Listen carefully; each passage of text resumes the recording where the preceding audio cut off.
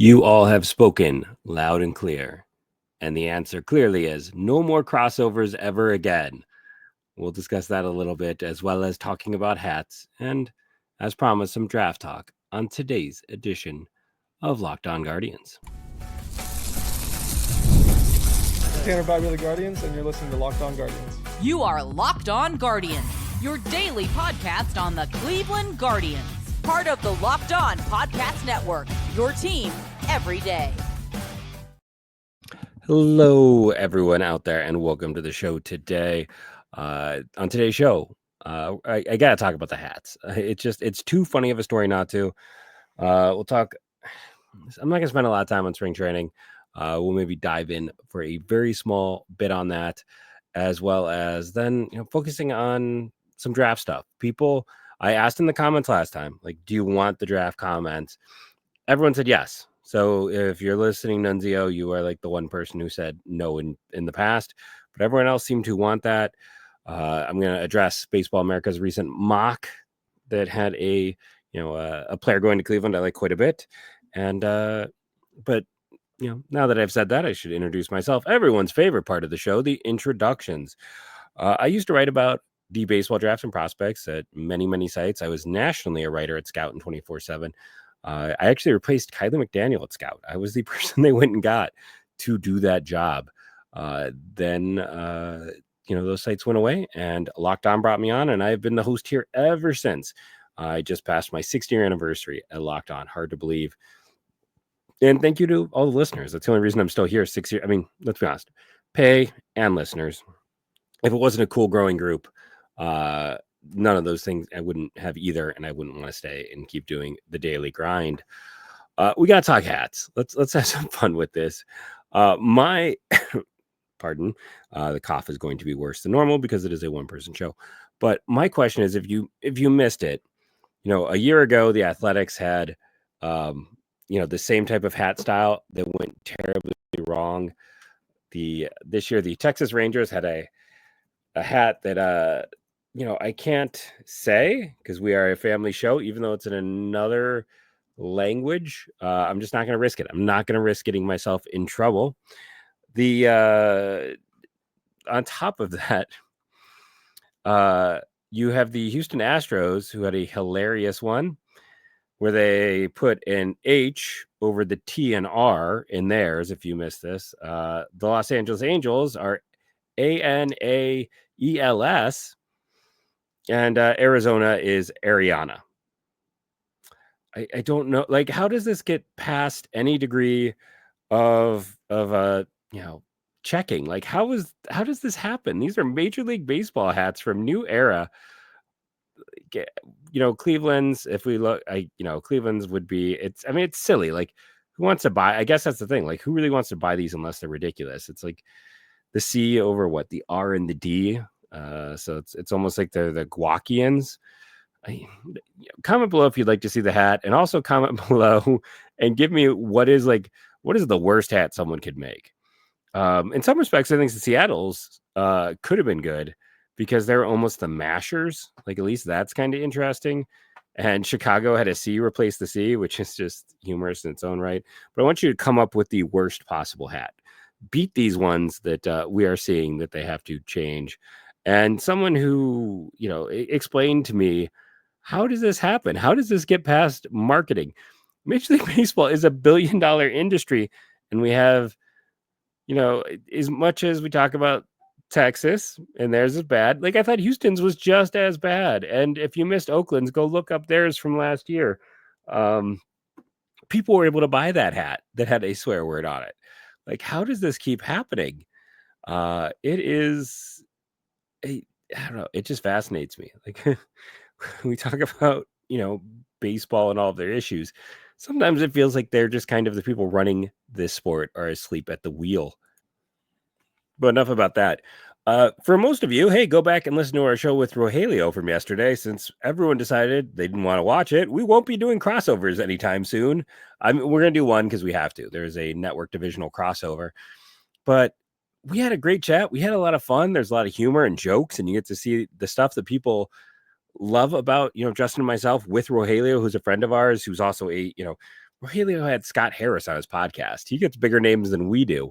But yeah, there's just something about when it's not just people. I would love to, again, comment below on this and explain to me, but it seems like people only want to come to hear Justin and myself talk. You don't want a third person. You don't want a third wheel. For the most part, we are just seeing that in terms of like every time we do, we have a coach, we have anyone who isn't like a player, and even the player ones don't always go great. So yeah, we're looking for a bit more insight and understanding. Talking about spring training, yes, Juan Brito hit a home run. That's great. And Tristan McKenzie had another struggle game. All of this stuff always comes back to me with the whole idea of, and I was watching a broadcast here locally, in Milwaukee, where I am. It's like teams know for the most part what they're going to do when they head to camp. Like that's you can have small shifts here and there. I know people say, well, Stephen Kwan, wasn't going to make this team and he forced their hand. Like, did he force their hand, or was it they didn't have any other option? Like, I mean, he made it, so he made himself an option, but there was some discussion heading to that year that he could make that team. There was some. It wasn't a ton, but I'll say, talking to people, there had been some talk because the outfield situation was so poor. It's really hard to jump in and jump up, and I wouldn't be like, and that's why it leads me to be like, I wouldn't be shocked if it's still Juan Brito. Like, I wouldn't be shocked if he is the second baseman, if that's the guy they want to see. Just like I fully expect Tristan McKenzie to get that last opportunity. They just don't often cut bait with guys that early. Now we've seen end of June is kind of that window spot where they'll be like, oh, thank you for your time here, and here is the check for the money we owe you. Goodbye. I don't know if they actually get the money up front like that, but that is what they often do. And again, one of the reasons, I don't know if I fully explained this on the show, I saw Tristan McKenzie pitch in the minors, and one of his big problems was inconsistent velocity in game. Akron runs a hot gun. Let's be honest, for those who don't know, it means it tends to inflate velocity a little. And at points in a game, he'd be touching 97. As the game went on, he'd go down to like 90, and then, which means he's probably in the 80s at that point, and then he'd go back up to 95. It was just really kind of weird. There was an inconsistency in just his overall performance when I'd see him in AA. And when you see a pitcher like that, that is often not a guy that is going to excel on the move to the pen, because you're asking for, to pitch multiple times a week, to be able to go in and always be at kind of a peak form. And he often kind of needs a few innings to warm up, even when he's pitching. So I think you have to put him at the 5 spot, because I really don't think he is a bullpen option for this team. And, the nice thing right now is Junis and Walters are pitching. They should be available. Zabransky, it stinks about him because, listen, I didn't give that dude enough credit, and he came out and proved me wrong a year ago, and he looked really good. But I think McKenzie is, if you want to talk about someone who's really stepping up and showing it, it could be him into that role. Now, I'm not going to say that it is 100% Tristan McKenzie makes this team. And the reason I'll say that is because I also think there's definitely a world where Logan Allen becomes the 5th starter, because he has looked good in camp. He has had a history with them. They have multiple years of control. Yes, it means they would more than likely let go of McKenzie. But if he can't win your fifth spot, can I speak today? If he can't win your 5th starter spot on a team that, listen, if everything breaks right, they could have the best rotation in the American League, or in the American League Central. If everything breaks wrong, they could have the worst rotation in the whole entire American League. There is a lot of high risk, high reward with the rotation and how it's set up by the end of the year. It could be stellar. It could be like a year ago. And because of that, because of the lack of certainty, I mean, there's still a lot of concerns with that rotation. I am not 100% sold on anyone whose name isn't Tanner right now. I'm getting close to that with Gavin, but we had this whole discussion with Gavin a year ago this time. We were having the exact same discussion about how he was going to be the breakout king. Then he got hurt, and then he just didn't come back the same. I don't want to rain on parade. So it's like they have so much uncertainty that if McKenzie can't make your top 5, then, I mean, what's the point? So I think, I'm putting his odds at 90% with, I think, Logan Allen having a small chance. I don't think they will do a Logan Allen to the pen move because you do want starter depth. You do need that. Guys are going to get hurt. Guys are going to be ineffective. There's going to be rain delays and things like that where you're going to have a double header. You're going to need an extra starter. Stuff happens and you need depth. And Logan Allen, if he is not up to start the year, I believed in him. I had him, I think, 8th his final season as a prospect. I thought he was going to be an easy back end starter. It didn't go well last year. It was not good, but there's still the makings with his pitch mix to be that guy. I felt like he got a little away from himself last year. I'm hoping they fixed him up a bit. We're going to come back and talk college baseball. It's been a interesting year. I just kind of want to touch on some of the guys who are unbelievable, some names to know, some players to pay attention to. We're going to get into traditional stats. We're going to get into advanced numbers. We're going to get into it all on today's Locked On Guardians. Let's talk about our friends at Wonderful Pistachios. Looking for a snack that's both delicious and nutritious? Crack into a great source of protein with Wonderful Pistachios. Wonderful Pistachios is one of the highest protein nuts. Each 1 ounce serving has 6 grams of protein, giving you 10% of your daily value. Plus, they are packed with fiber and better for you unsaturated fats to help you keep feeling fuller longer. I love pistachios. I get them often. I feel like it is a snack because the important thing with a snack, especially these, is to get a protein-based snack so it does fill you up, so you're just not sitting there eating empty calories and things that aren't going to help you at all. They are a great travel snack. They're just a great snack in general. Pistachios are fantastic, and the best pistachios come from Wonderful Pistachios. So get snacking and get cracking with a snack that packs a protein punch. Visit wonderfulpistachios.com to learn more.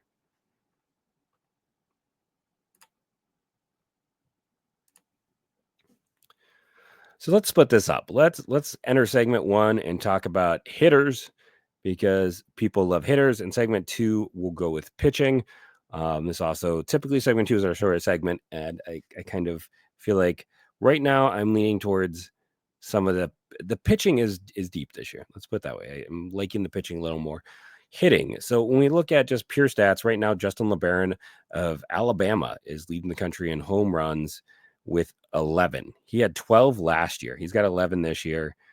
He's a sophomore, I believe first baseman at Alabama. I could be wrong there. I've not watched a ton of Alabama games, but I'm trying to remember if he's eligible this year or not, if he's a draft eligible sophomore down there. But it is interesting because remember a year ago when all the records and everything seemed unsustainable, we did not have a lot of players who,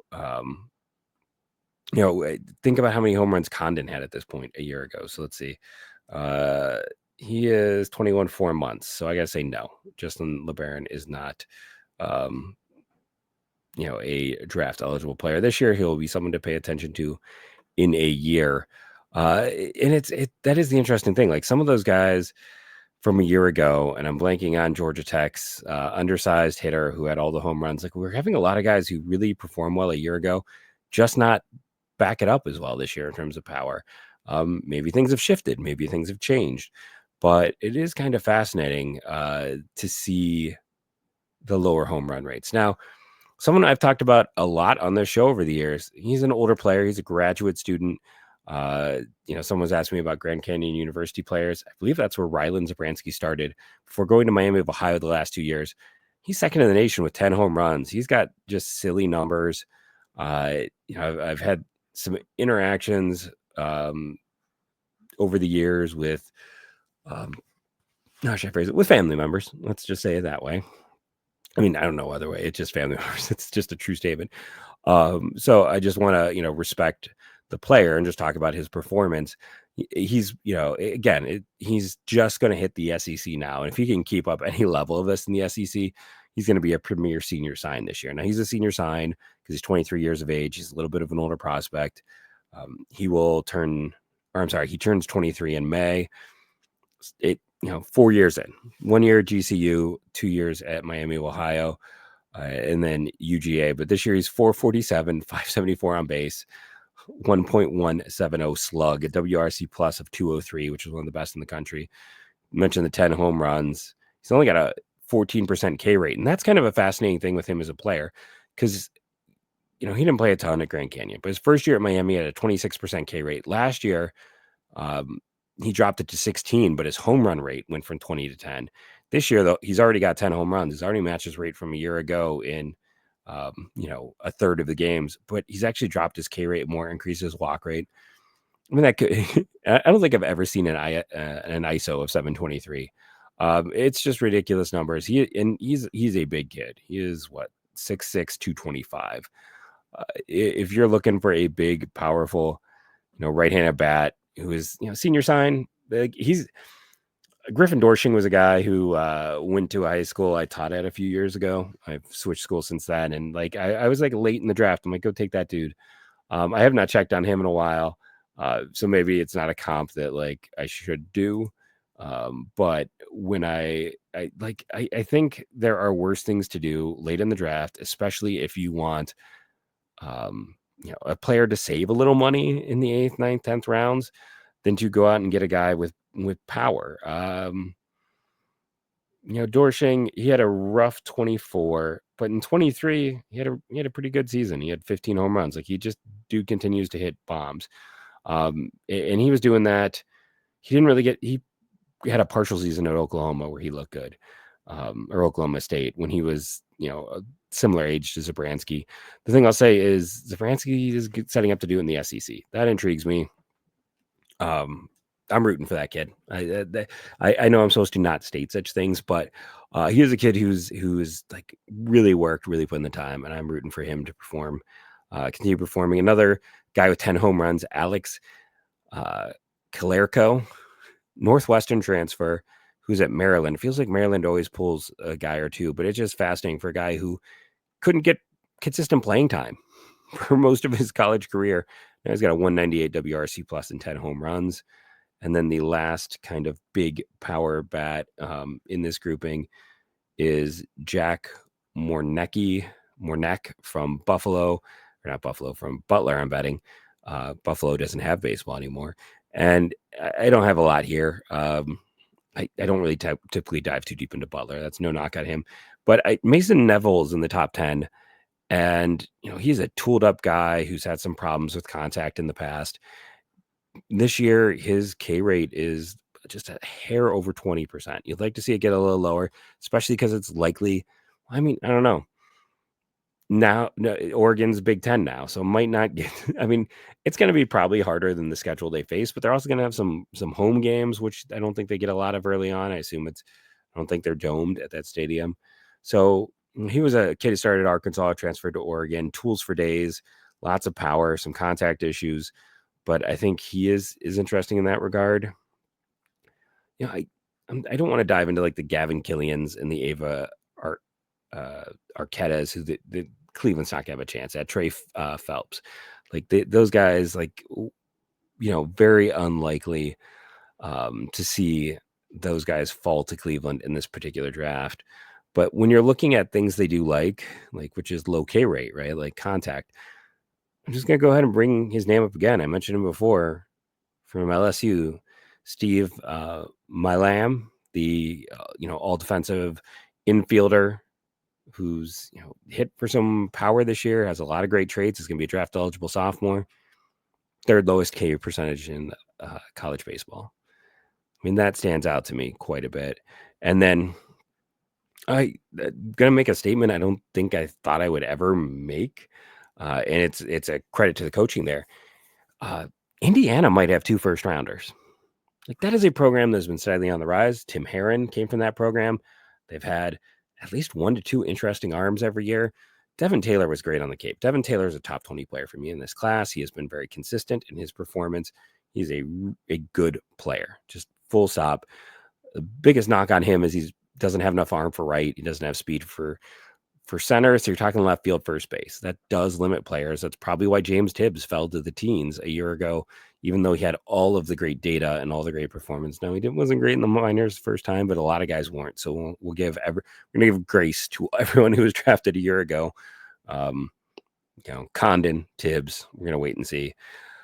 But, Devin Taylor is the big name there. Then you got Corbin Dickerson, who in one of my OTP leagues, the current one I'm playing, I drafted him to the Guardians. It was just kind of, I was going through my mind. I was like, oh, that's interesting, because my approach is very different in that game to real life, where I go for ceiling and I'm looking at like tools and traits. And Dickerson's a legit 5-tool talent who didn't get to play at Louisville, just didn't get the playing time there. I think Garrett Pike ended up going to Louisville, and it's always the whole transfer around college baseball now. And I believe Garrett Pike ended up at Louisville. I'd be curious to see how he's performing after he dominated the MAC a year ago. He's been solid, but the other side of it is Corbin Dickerson going to Indiana, getting this opportunity. Everything you read on him, it's good zone contact, it's great speed, it's a strong arm for center field. I'm going to go ahead and make this bold statement now that Indiana's going to have 2 top 40 picks. And credit to them, credit to their coaching, they're developing. And I wouldn't be shocked by the end of the day if Indiana has 2 top 20 picks. I wouldn't be shocked.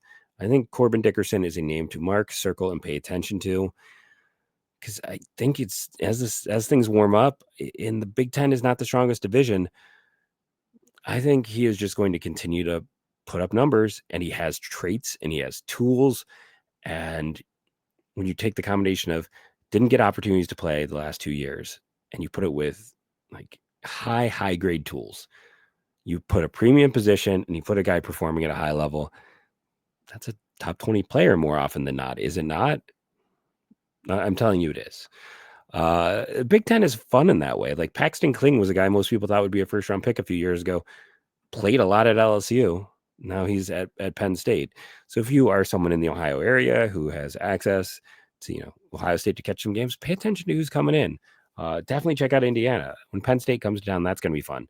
Of course, Oregon, I mentioned Mason Neville. I didn't realize I was going to make this the Big Ten only broadcast to talk about players. I had someone, I'm trying to think which player. I was talking to someone from USC who was talking about a USC USC player they really liked and gave a ridiculous comp that I'm not going to even mention, because it's just like, if the comp truly fit, he would be the number 1 player in this class. But I thought it was just kind of interesting to hear in general that type of chatter and talk.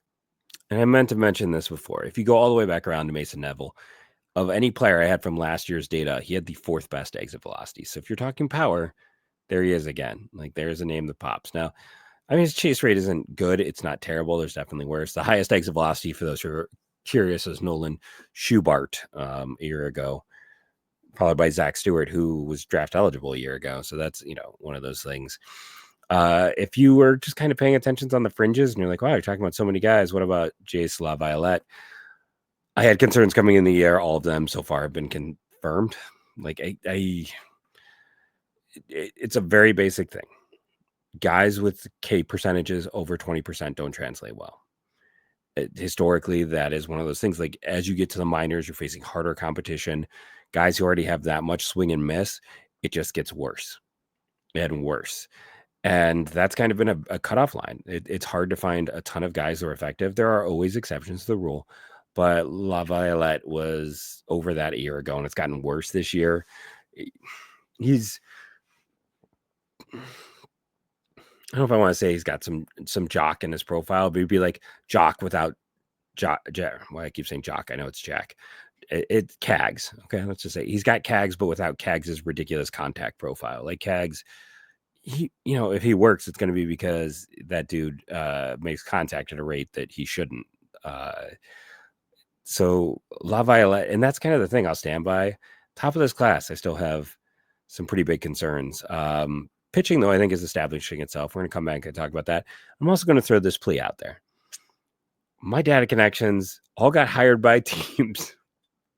So I'm currently without data. So if there is any listeners who'd like to come here, listen to the chatter, or listen to the talk, and do want to share data with me this year, there's so much data to share. Like, I was going on Medium the other day, and there's people with like 2 followers who somehow either they're making it up or they have a data share. So there's so many data sharers out there.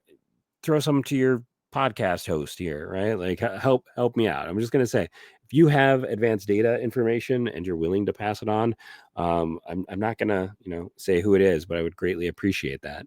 We're going to come back in a second, and I'm going to talk about pitching, which right now college pitching looks like the depth of this class, and leads me to wonder if Cleveland might take their first college pitcher since Gavin Williams.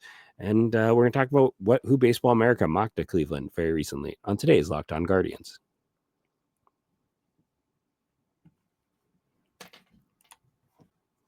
I love it when a sponsor returns, and that's the case with our friends at Supply House. Get the supplies you need from the site made for skilled trades. Supply House, whether you're in plumbing, HVAC, or electrical work, Supply House is the reliable way to order products online.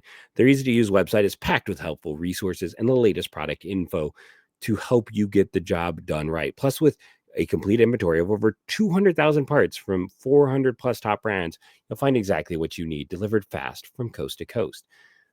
Need help with an order? Supply House offers expert support and industry-leading services. You always talk to a real person. And for the trade pros looking for an extra edge, their free Trade Masters program offers an exclusive perks like a dedicated phone line, free shipping, and discounts on every order. Thousands of skilled professionals are already taking advantage. Now it's your turn. Join the Trade Master program today at supplyhouse.com/TM and start ordering plumbing, HVAC, and electrical supplies with just a few clicks. Plus, use the promo code SH5 for 5% off your first order. That's supplyhouse.com.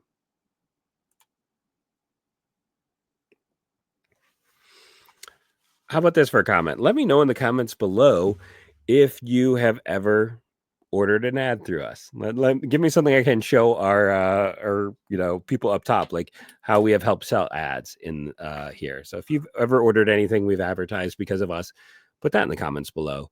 I know I have. I can say back in the day, I would order quite a few Built Bars. They definitely got me hooked on that product.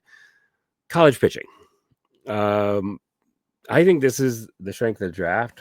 A lot of the guys I mentioned before maybe aren't like first round picks. Some were, but we got to talk a little bit. So if you're looking at college baseball FIP this year, the top two pitchers in the country, if you're an Ole Miss fan, just turn it off right now. I'm sorry, but just turn it off right now. It's best for you. Liam Doyle and Wes Mendez. They both thrown the same number of innings, 20.1. Liam Doyle is at Tennessee. Wes Mendez is at Florida State. Liam Doyle is draft eligible this year. Mendez is not. And I said to turn it off if you're an Ole Miss fan, because they both transferred out of Ole Miss last year. The two of the best pitchers in the country both left Ole Miss. Next up would be Braden Sloan, who is the guy that I have not had time to focus on yet. He is my next research project. And then you know how much I love Jamie Arnold, and he is at 4 for one of our everydayers. Smokey Gator, like you got a fun group there too. Like maybe Florida's starting to turn around that pitching factory with the way that Peterson and King are pitching, and there's someone else I can't think of, not draft eligible guys. So you got a few years with them, but the pitching group is standing out in a very positive way early on. And there's a lot of players we know, like for the Guardians, we're looking at high K, low walk rates. And when you look at like highest, K to walk ratio, you get small school guys. And then you get, I don't want to steal Justin's guy. There's not a lot of big school. So let's put it that way. Or like you get Ethan Norby, who, yes, Connor Norby's brother, but he's not draft eligible this year. So tuck him away for next year. You get Owen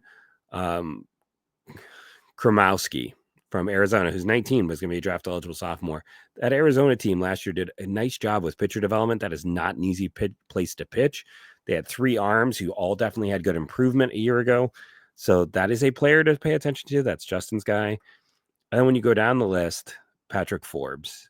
And Patrick Forbes was a known commodity coming out of high school. He's one of those guys who could have been drafted coming out of high school. And then he got to Louisville and has had health. And that has really slowed him down the past. I mean, he hasn't pitched at all. He is an incredibly young player who I don't know. That doesn't feel right to me. Let me go get, I feel like it's, the problem is Fangraphs doesn't have data before last year. I'm like, that's not true. I know he pitched, but he hasn't pitched a ton. He had 29 innings in 24. He had 9 innings in 18. Health issues, two stints on the Cape, and he missed a lot of bats. He was good in 2 smaller stints on the Cape. And for those who might have missed it, he is who Baseball America mocked to Cleveland. I'll say that. And it makes sense. You've got Cape performance. We know how much that matters. This is his junior year. He's not turning 21. He and I share a birthday. He's not going to turn 21 into the early mid-July. So you have youth. You've got reasons for lack of innings. A player who might slide because of past health issues. That's a Cleveland thing. And then you have a 16.7 strikeout per 9 and a walk per 9 of 1.3. And the other thing I want to point out is he has higher home run rates, which, we're seeing around college baseball, but it also means he's more likely prone to fly balls. And we've talked about this in the past. This team doesn't care about home run rate. They want you to put the ball in the air because when the ball is in the air, the outcomes are more likely to lead to positive. Now, the magnitude of the outcome can be much worse when it's in the air, but on the whole, the majority of balls that go in the air lead to better outcomes than ones on the ground. So Forbes does check a ton of boxes for this team, and I've been moving him up. I mentioned, when I'm looking at my list right now, like Jamie Arnold, and then I got to see more with Doyle. I'm very curious to see him. There's a lot of parts to his delivery that are a little, I don't know. I just got to spend some more time, but he's my number 2 player right now in this class.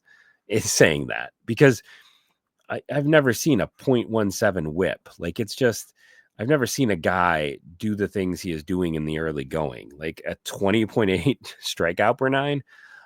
He was part of a combined no hitter last week. It's been unbelievable. And it's a good pitcher development program there at Tennessee. Now, speaking of good pitcher development programs, I also have to talk about Logan Lunsford.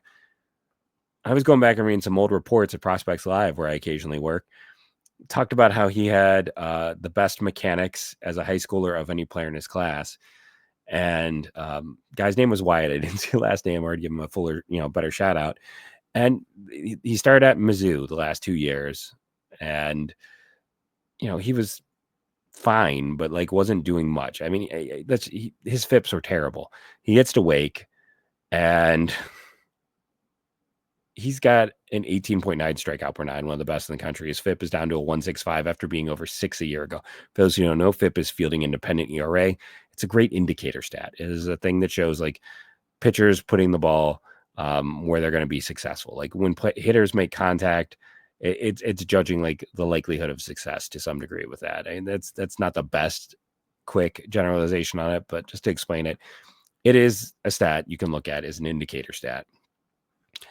And Lunsford is undersized. He is probably just about 6 feet even.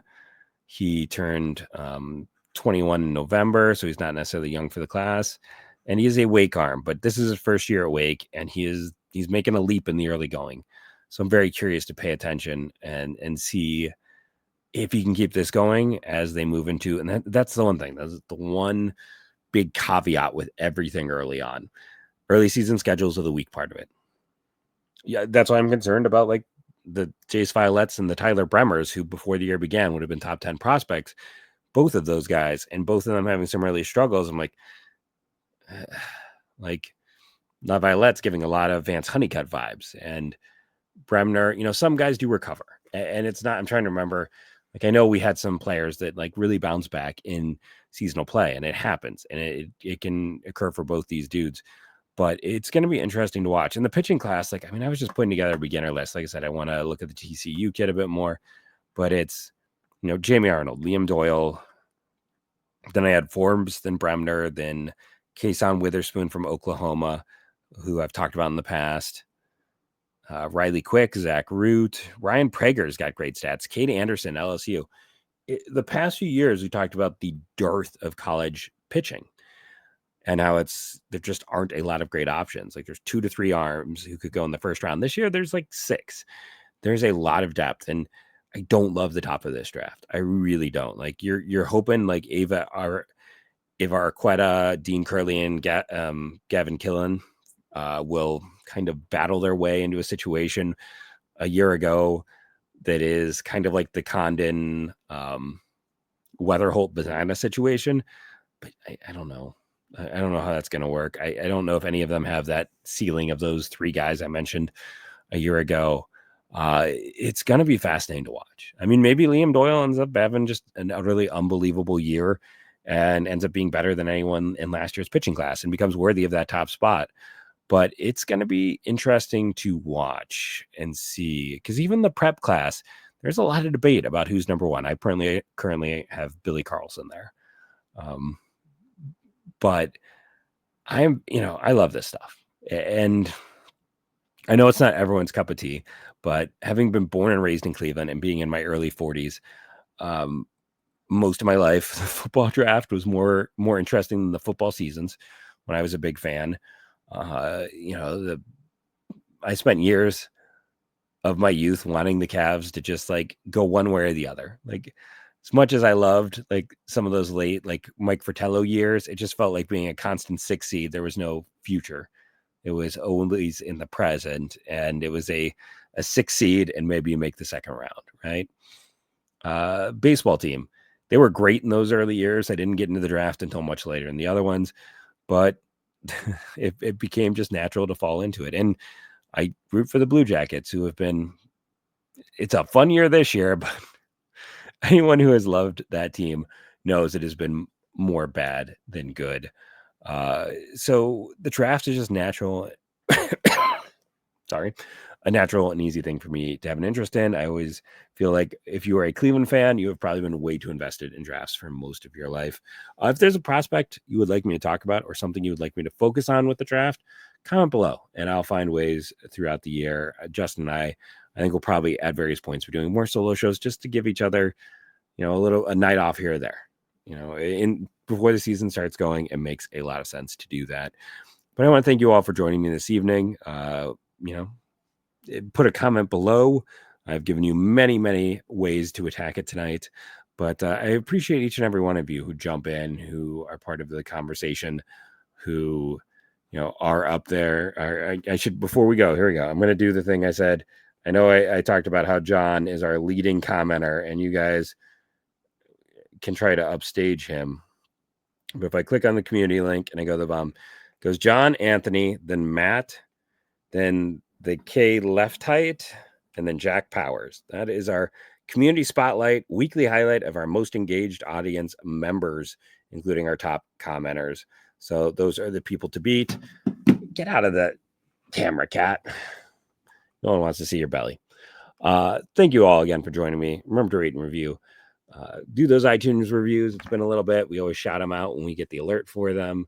And hit the thumbs up, hit the comment, do those little things that are free and easy to help us continue to grow, to show our all-powerful overlords on the network that that this is a podcast that brings a lot of value and a lot of enjoyment. We haven't cracked the top 10 on iTunes or YouTube, so we're trying to do everything we can to help pop even more, to show just that not only is it the work we put in, but what a special community we have grown. Sign up for the Insider program if you want more access. I've been locked out of it, so Justin's doing mostly heavy lifting there. Eventually, I'll get myself back in. But that, if you have a few shekels and you want another way to interact with us, that is a fun way to do it. But end of the day, thank you all who gave up time to listen to my rambles, and I appreciate all of you. Thank you so much. Remember to hit that thumbs up, rate and review, download daily, set up automatic downloads. You know all the things you can do. No matter what you've done, thank you for being with me today. I hope you are taking care of yourself in this spring/winter time and have a fantastic day. And go Guardians, go.